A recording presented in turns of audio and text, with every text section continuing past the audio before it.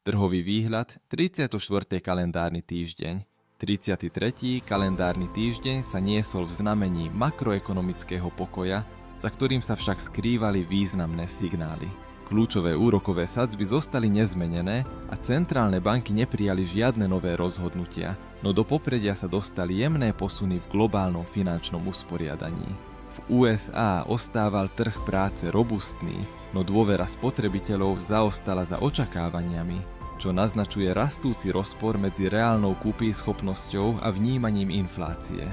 V Európe sa stupňovali náznaky hospodárskeho spomalenia, najmä v dôsledku klesajúcich priemyselných objednávok v Nemecku a znižujúceho sa obchodného objemu v rámci eurozóny. Čína na druhej strane oznámila nové opatrenia na podporu likvidity, ktoré majú za cieľ stabilizovať vlastný realitný sektor.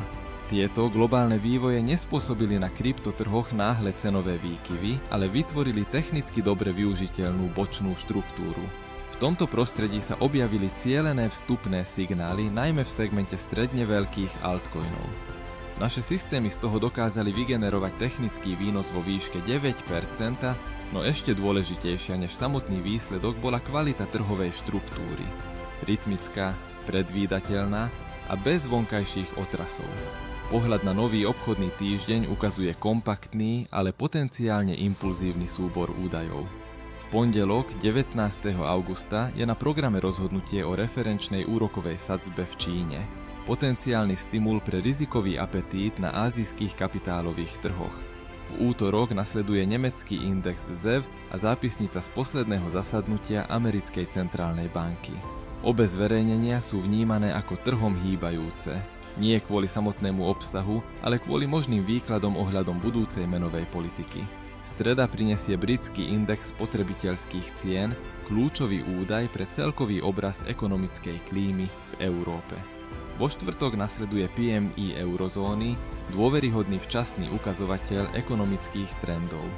Piatková aktualizácia americkej peňažnej zásoby M2 potom poskytne pohľad na dostupnosť kapitálu a likviditu. Aj v oblasti tokenovej ekonomiky nastáva pohyb. V piatok dôjde k uvoľneniu tokenov DUDX v objeme približne 14 miliónov amerických dolárov. V sobotu nasledujú odomknutia SUI vo výške približne 25 miliónov a Starknet v hodnote okolo 8 miliónov USD. Tieto odomknutia sa pohybujú v rozmedzi, ktoré systémovo nezaťažujú trh, môžu však pri nízkej likvidite spôsobiť krátkodobé korekcie. Index strachu a chamtivosti sa v 34. týždni zvyšuje na 64 bodov a signalizuje miernu trhovú chamtivosť. Nálada je optimistická, no ešte nie euforická.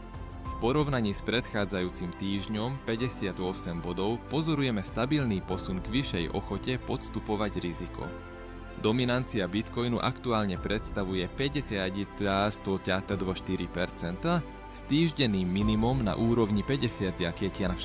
Tento mierny pokles naznačuje rastúci záujem o altcoiny, čo pre skúsených obchodníkov otvára zaujímavé trhové okno, najmä v oblasti krátkodobých rotácií.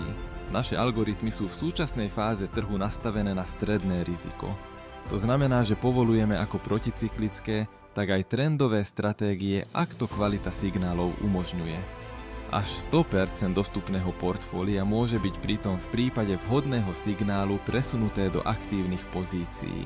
Za predpokladu, že sa nevyskytujú širšie varovné signály zvýšenej volatility. Viacúrovňový systém riadenia rizika automaticky prispôsobuje veľkosť pozícií makroekonomickému napätiu a štrukturálnym zmenám na trhu. Ak by volatilita náhle stúpla, naše systémy automaticky znížia rizikové zaťaženie. Implementácia signálov prebieha výlučne cez vás, v reálnom čase, na vašom vlastnom burzovom účte, s plnou kontrolou a úplnou transparentnosťou. Quantum Data Analytics neposkytuje cenové predpovede. Naše systémy pozorujú, analyzujú a vyhodnocujú na základe pravdepodobností, reálnych dát a technickej hĺbky trhu. 34. kalendárny týždeň nesľubuje žiadne veľké divadlo, ale ponúka jasne štrukturované prostredie pre taktické obchodovanie. Ten, kto sa odpúta od názorov a začne skutočne počúvať trhy, spozná, že aj v tichu sa dá nájsť pohyb, ak vie, kde začína. Quantum Data Analytics. Analytiky strategicky inovatívne.